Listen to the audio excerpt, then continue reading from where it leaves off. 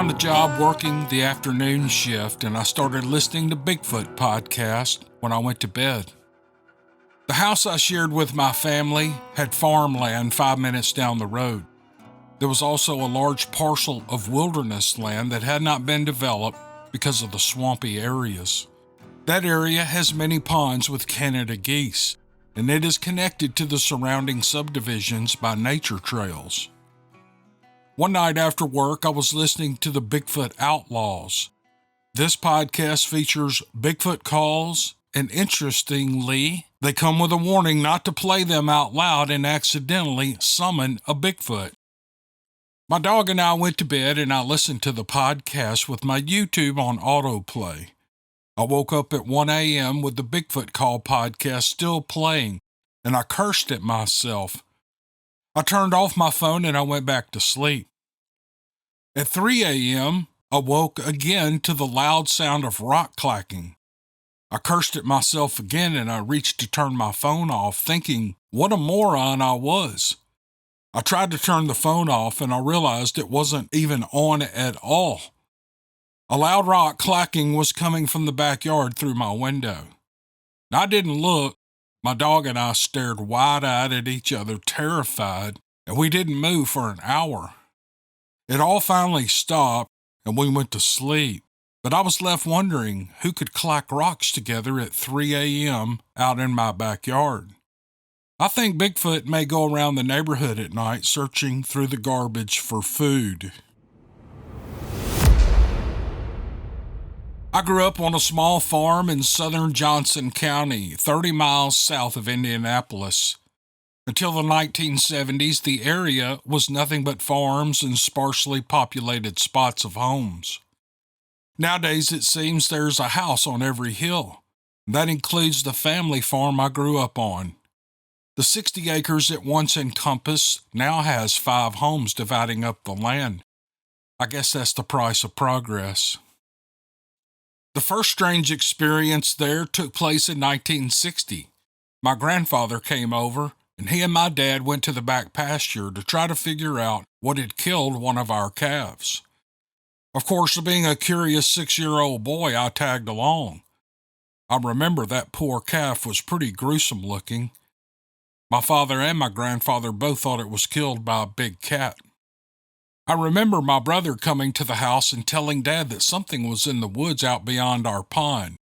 He never said what he thought it was, only that he must have startled it and it ran off through the thicket. In the fall of that year, we were having a family gathering at the pond when something came up to the dam and it screamed. Our dogs stood on the bank and they were going nuts, barking, but they weren't brave enough to go and chase whatever this thing was. Dad and a couple of my uncles went to the house and came back with guns. And by the time they made their way to the dam, whatever it was had left. But through all this, that never stopped me from wandering through our fields and woods. I was 13 years old when the Patterson-Gimlin film came to light. I remember reading about it in Argosy magazine, and I found the subject of Bigfoot fascinating and terrifying. I don't think I slept without the drapes closed in my bedroom window until I was in my 20s. In the early 1970s, I had graduated from high school and I took a job working nights at a factory in Greenwood. I got off work and was usually home by 2 in the morning. My parents had taken a vacation and I was at home alone. I'd just gotten home from work, took a shower, and had fallen asleep in bed when something outside let loose with a god-awful growl. Whatever or whoever it was continued this growl and chatter for a good while. I rolled over and dropped to the side of my bed, and I low-crawled through the house, and I retrieved one of our shotguns from the hall closet, and I sat there the rest of the night, awake, alert, and scared. Whatever it was, it stopped and eventually wandered off. My brother usually got home about 4 in the morning, and when I saw that he was up, I asked him if he had heard anything or seen anything when he got home, but he said that they hadn't, and we just left it at that. The next summer, my dad woke me up at 1 in the morning and handed me a shotgun. Our dogs were throwing a fit. My dad was a World War II veteran and he did not spook easy. We went outside and he told me to wait by the garage. Some of the dogs were barking and some were whimpering and some were just flat out crying. Dad went out as far as the old corn crib 25 yards away and then came back not long after that, and he was unnerved. "We best get in the house, son," he said. The next morning, he and I both called in and didn't go to work. We found two of our dogs cowering in the barn. The third one we found back by the lake, beaten up and in shock, though he did recover. One of the neighbors had two big German shepherds. He found one of them in the same shape. The other one he never saw again. Dad never said what fear drove him back to the house that night, but he did utter the word Bigfoot in a joking manner the next day. I doubt this is very interesting, but I'm glad to get it off my chest after 50 years. My parents and my brother, as well as the old farm, are all gone now. I still drive by there now and then. Though the old place may be gone, I still have those memories. Oh man, what do you mean this wasn't interesting? It's very interesting. Especially the part about your dad coming back and joking about it being a Bigfoot, and you could tell he was unnerved. To me, that made the whole story perfect. It was just awesome. But I bet you do have memories, and I really appreciate you sending this story. Thanks a lot. The ghost stories I'm about to tell come from the Commonwealth of Kentucky. I moved to Moorhead in August of 1995. My little sister had been attending Moorhead State University for 2 semesters and had been pestering our mom the entire time to pay for her an apartment. Mom finally told her that if I agreed to move there and go to college, she would get us an apartment. At that time, there were limited opportunities back in Pike County, and Mom wanted me to move away to perhaps have a better life. Confident in the outcome, my sister had already located a place to live and had made arrangements to get it when the ladies who occupied it moved out. The apartment was located on Christie Creek Road, and it faced the Blue Zoo trailer park. We hadn't been living in the apartment for very long when I noticed that my sister was sleeping on the couch. She had the bigger bedroom because she had more stuff. She told me that she didn't feel comfortable being in the apartment alone. Well, I thought that was odd.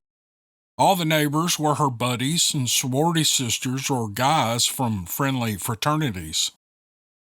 Trying to be a big brother, I bought a chain lock and put it on the door, hoping that extra thing would ease her mind. But even with the new lock, she started staying over at her boyfriend's house. I decided that her unease had to be an excuse for sleeping over at his place, but it wasn't any of my business. The first time I experienced something odd was on a Friday night. I was alone and my sister was away. The door was locked and the new chain was in place, and I had no sooner turned off my bedroom light to go to sleep when the front door slammed.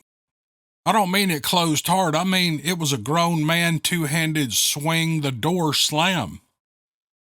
I jumped up and ran to confront whatever was going on. The front door was closed and locked and the chain was in place. I proceeded to clear the apartment, checking all the rooms and closets and any corner someone might hide, but no one was there. I went back to my room, climbed into bed, and I turned the lights off. Slam! It happened again. And I ran back out and everything was just like before. I checked everything again and went back to bed. I kept the lamp on, but I had no further strangeness that night. In the 1980s, I had developed a weight problem that happened to coincide with my acquisition of a Nintendo. In 1992, I started lifting weights and riding a stationary bike like it was my religion, and I managed to lose 70 pounds. In the Moorhead apartment, if I wanted to ride my bike and watch TV, I would have to sit with my back to the hallway. I couldn't do it. I had to sit so my back wasn't exposed to the hall, or else it felt like somebody was staring a hole through my back. A few years later, my little sister had dropped out of school, met another guy, and she had moved out. I was still at that apartment, living alone. I was coming home from the gym, and I saw all of our neighbors had gathered at the apartment number 27, 2 apartments over from mine, to watch the UK Wildcats play in the tournament. Someone invited me in as I was passing, and I sat down on the couch for a bit. While I was watching the game, the others were talking about the ghost. My ears perked up, and I asked what they were talking about. Someone told me to listen toward the steps. Well, I did, and sure enough, it sounded like someone was walking up and down the stairs. Then they told me to look up to the steps to the second floor, but to use my peripheral vision. Sure enough, there was a dark shape moving back and forth between the rooms up there. If you looked directly, you couldn't see it, but if you looked peripherally, there it was. I was floored and couldn't believe it, but it did explain so much. The upstairs of number 27 extends over to number 28. The nursing students told me that on weekends, when the guys in number 27 were out of town, they could still hear people walking around upstairs, and sometimes the TV or the radio would come on in the empty apartment. When my little sister made her exodus, she left most of her stuff in Moorhead. I had eventually decided that she wasn't coming to get her crap, so I moved all my stuff into the big bedroom and all her stuff into the little one. The big bedroom had a walk-in closet that connected to the bathroom. It was really strange. I didn't like the room either. I had to sleep with both doors closed and locked. One night, I was in the room, in the dark, and both doors locked when something sat on the bed right beside me. That was not cool. I turned on the light and ended up sleeping with the lamp on. Oddly enough, I too ended up sleeping on the couch. Imagine that. In the year 2000, I was working at a local movie theater. My buddy worked there too, and she was into the occult. She and her husband came over several times, and they hung out watching movies with me. Every time she was over, she was very withdrawn and would sit with her knees pulled up to her chin. And that wasn't like her at all. One night, I was asleep on the couch and had a dream that a dark shape with no face was strangling me. I fought myself awake and made sure that my blanket or shirt hadn't been strangling me, but everything was as it should be. I told my buddy at work the next day, and she said, "Your ghost just tried to kill you." What could I say? I knew it was real, and I actually believed her. In 2001, I moved to a new place with my girlfriend, who's now my wife. I told my buddy that I was moving and why, and she was happy for me. I was kind of shocked. I told her that it was a great apartment, and she said, "Yeah, but your bathroom is a pit of hell." She explained that something really dark was there, and in the bathroom walk-in area. Again, how could I argue with that? I had experienced what I had experienced. I was working at the movie theater in 2000. I never experienced anything there, but my buddy did. So did my future wife. On Thursday nights, the new movie would be put together and previewed. If you were one of the cool kids, you got to watch the preview. My buddy said that sometimes there would be more people in the room watching the movie than there were supposed to be. She said that sometimes there would be an extra person down near the front, near the corner, watching the movie, and they were always gone by the time the movie was over. Her mother told me a story about another theater that had been across from the police department. It was called the Trail Theater, and it had been closed for a few years. She said that one night while she was cleaning, she was all alone in the building and mopping the lobby, and that she heard a voice from the stairs to the balcony. It called her name and it said, "Come here." She said she laughed and wagged her finger at it, saying, "I will not be doing that." She left her mop and bucket sitting there and never went there at night without her revolver. In the university theater, my wife said that one night she saw a ghost in action. There was a fellow working there, and all the ladies could not stand him. He was a know-it-all, and he was very disrespectful. One busy night, my wife was working concessions.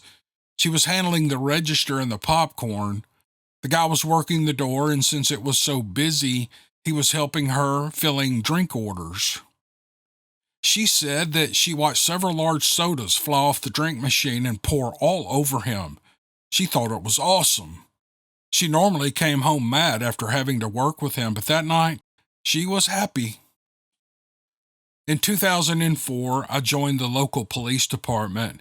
I just completed my 21st year on the force, and during that time, I've had some experiences. The old police department building was formerly a United States post office. Late at night, something would move about the place. The dispatchers could be in the building by themselves and hear filing cabinet drawers open and close in the squad room. I first became aware of it one night when a dispatcher told me about the ghost and asked me to listen for it. It sounded like someone was walking down the hall jangling keys. And then in the sergeant's office, it sounded like someone was using a hole punch. She and I started exchanging ghost stories, and it turns out she was one of the girls who had lived in my old apartment number 29 right before my sister and I moved in, and she'd had her share of freaky occurrences as well. One night, the police department ghost was being extra loud, so I yelled at it, and I said, "Be quiet, George." Immediately after, there was a crash in the sergeant's office. The dispatcher and I ran down the hall, and we saw that a big fan had been pushed over. From then on, the ghost's name was George, and people still refer to him by that name. In 2019, the downstairs flooded, and everything was moved to the second floor. George didn't like that, and he began to act out. He had done things in the past that had scared the dispatchers, but he was apt to do it more often. You could see the papers fluttering when there was no breeze, and one night a deputy was bringing the dispatcher her lunch, and he walked through a coal spot. He said he looked to his left and saw a dark shape in the kitchen, and when he investigated, there was no one there. And then in 2022, we moved to our new building, and thankfully, George did not move with us. On June 16, 2025, I had my first Bigfoot experience. I stepped out of my house carrying my cat in a pet carrier when she let out an unhappy yell from her crate. At the same time, one of the semi-feral outside cats broke cover and darted down the street away from the woods. The Daniel Boone National Forest is just past my house, and right after the cats made their commotion, the wood knocking began. I couldn't believe it. I've lived in this house for nearly 8 years, and I've never heard anything like this before. Right after the first knocking started, a second set started up further into the woods. You know the scene in Jaws 2 when the chief is banging on the electrical line with the boat oar? That's exactly what it sounded like. I was so mad at myself for not recording it. There's a dead tree right behind the house that has all the bark stripped off, all except a couple of feet at the top. There had been one in front of the house on a game trail too, and the bark was stripped off up to about 15 feet off the ground. I had always thought those trees were odd. Deer that high? I don't think so. On a few occasions, I had been huffed at from the dark. I thought it was a buck I had sometimes seen on the property. On at least 2 occasions, I was growled at. One occasion, I was walking toward the house from my car when something growled at me low and guttural. It scared me. As I've said, I'm a police officer. I'm no sissy. I worked nearly 18 years on the midnight shift. Can't be a sissy and be a successful police officer. Well, I thought you'd get a kick out of hearing these tales. Feel free to use them however you wish. Thanks for all you do. Well, thank you, sir, that was a long email. Thank you for spending so much time and remembering all those things in your life, the ghost stories and the Bigfoot story. I thought they were great. Thank you much. I hope everything's going good for you in Kentucky. I appreciate the email. Thanks. Here's a story about something other than Bigfoot. Thank goodness. I love Bigfoot stories, but I like doing different stuff just to break up the routine. This is a short little story about a Thunderbird. In 1932, my mother was almost a year old. It was a sunny spring day, and my grandmother wanted to put her baby daughter out to get some sunshine. She selected her favorite baby blanket and laid her on it on the grass near the kitchen window where she could be washing the dishes. The house faced a mowed field that stretched out about 5 acres from the kitchen to the State Road 28 in Short Gap, West Virginia. 50 feet up the hill from the main house was a smokehouse. My great-grandfather, my mom's grandfather, was there chopping blocks of wood with a hatchet when he noticed a large shadow fly across the sun. It was a huge bird with a coal-black plumage, dropping from the sky and flying directly toward my mother, who was lying on her baby blanket. My great-grandfather knew he could never run fast enough to grab up the baby, so he aimed his hatchet and he threw it at the bird, and he killed it. When my grandfather came home, they stretched the huge dead bird across the wall of the smokehouse. It was 16 feet 4 inches from wingtip to wingtip. Many neighbors stopped by to see the Thunderbird, though nobody knew what it was at the time. No one had seen anything quite like this. A picture of the bird was taken, but now, 90 years later, it has been misplaced. I saw it when I was a boy. My mother is 91 now, and it will always be a great family story. Oh my gosh, that is a great family story. Wish that picture had survived. If that picture had survived and someone had scanned it, you had scanned it and put it on the internet, it would be all over the internet. You may have could even made some change with that picture. Anyway, I thought this was a great story. I really appreciate the writer sending in. I love these different stories. We do get mostly Bigfoot stories because that's how I started the channel several years ago. And we just did Bigfoot for a couple of 3 years. And so everybody kind of thought we were just doing Bigfoot. But I got a little burnt out on Bigfoot. I still get burnt out on Bigfoot. But some of the stories are great. It's just a great change up to do something different. Like this Thunderbird story. What a crazy story. Killed it with a hatchet. What? That's awesome. That dude was like Daniel Boone or something. Very good story. I really appreciate it. Thank you to the writer. Okay, I'm going to drop an archived podcast from about 5 years ago behind this one story. Hope you guys enjoy it. And I'll say now, I appreciate you listening to this video, and I'll see you on the next one. Here comes an archive. Here we go. I'm from the beautiful small town of Princeton, Indiana. It's grown a bit in recent years, but back when I was 17, the time when this encounter happened, it was still a typical small town America kind of place. I grew up in a hunting and fishing family. We were taught how to live off the land and respect life at an early age. My dad took each of us kids squirrel hunting at the young age of 10. He taught us proper gun handling and safety and the best techniques for hunting. I did pretty well on my first outing, but my brother Gary, not so much. Dad said he had never been aimed at so much in his life. Every time he turned around, he was staring down the barrel of Gary's gun. That probably wouldn't have bothered him nearly so much if it hadn't been for my brother's evil grin. For me, hunting was a man's rite of passage. I had my dad and older brother as examples of everything a hunter should be, and I was bound and determined to meet their standards, and it was not easy.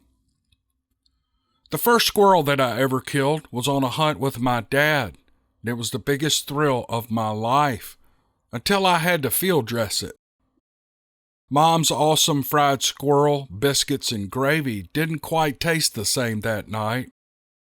As I stared down at my plate of food, all I could see was that little squirrel staring back up at me while I was pulling its guts out.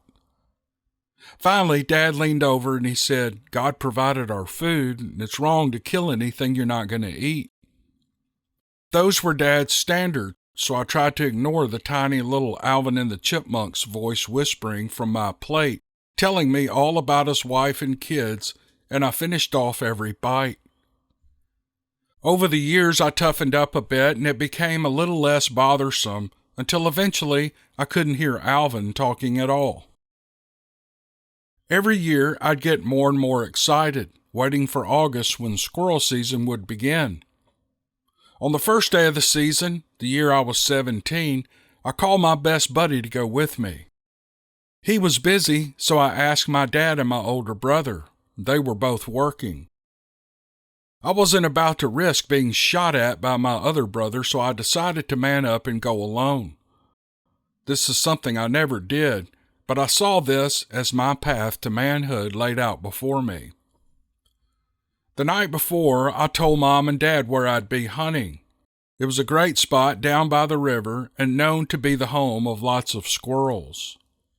Then I cleaned my rifle, a birthday present from my dad that I was especially proud of, and I gathered my gear and did my best to fall asleep. It seemed like my head had just hit the pillow when the alarm sounded. Feeling a little groggy but anxious to get out there and hunt me some squirrels, I jumped out of bed and threw on my clothes and grabbed my gear, and I headed out, wolfing down a peanut butter and jelly sandwich as I drove. I needed to be in the woods and settle down before sunrise, or the squirrels might see me. I went down the old winding road across the creaky bridge, and I parked by an oil well in the field. The sky was beginning to pale, and I could see a light fog rising off the river. I walked a short distance across the field and into the woods along the river with my gun in hand, and I was covered in skeeter dope. It was a beautiful morning, despite the fact that the fog gave everything a slightly creepy feeling. The waist-high grass was covered in dew as I quietly made my way down to my hunting spot, making sure to be very, very quiet so as not to spook the squirrels. My dad and my brother were like squirrel hunting ninjas in the woods, capable of walking right up behind a person without breaking a twig. I moved more like a squirrel hunting bull, breaking twigs and crunching leaves with every step. I came to a fallen tree about 4 feet in diameter that had fallen away from the river and into the field. As I approached it, trying to figure out how I was going to get over it or around it, I stepped on a small branch that snapped like a rifle shot. Well, I cursed under my breath as the sound echoed through the fog. A nearby beaver slapped his tail on the water in protest, and I jumped a little at the loud splash it made, but I was mentally prepared for run-ins with most any animal that morning. I just wasn't prepared for what happened next. I watched as the angry beaver swam off and was about to resume my journey when I caught movement out of the corner of my eye. I froze as I watched what looked to be a grail hooded cobra rising up from behind a tree, not more than 6 feet in front of me. As my eyes focused in the low light, reality set in. This was no snake, and it continued to rise until it was at eye level with me. Its neck was long, with 2 large golf ball-sized shiny black eyes perched on top. It did not make a sound or blink. It just stared at me. My mouth went dry as the adrenaline pumped through my veins, and I tried to rationalize what I was seeing, but all I could think of was a story my brother-in-law had once told me. He and some friends were out in the country one night having a party when he had to answer nature's call. At the edge of a cornfield, he came face to face with a classic big-headed, large black-eyed gray alien wearing a silver jumpsuit. My brother-in-law jumped, and the alien jumped, and each ran back in the direction from which they came. My brother-in-law told his friends about it, but they all accused him of just being drunk. In anger, he insisted they come and see. When they finally went out there, they found 7 to 8 inch long 3-toed tracks like a chicken would make. They tried following the tracks toward the neighbor's field, but it started raining, so they gave up. The next morning, the sheriff showed up, accusing them of making a big circle in the neighbor's cornfield. With that story running through my head, I couldn't help but compare the alien my brother-in-law described with the alien that was currently staring at me from the other side of the fallen tree. This wasn't a classic gray, though. It was more like the alien in Close Encounters of the Third Kind. I wondered, should I whistle that tune? To protect myself, I slowly took the safety off my gun. I didn't point it at the creature for fear of making things worse, but at least I would be ready if I needed it. In response, it began to rock from side to side as it moved a little closer to me. Fear was setting in, and I felt beads of sweat trickle down my face. Why doesn't it speak? I wondered. Maybe it's telepathic. After what felt like a millennium, it turned its head.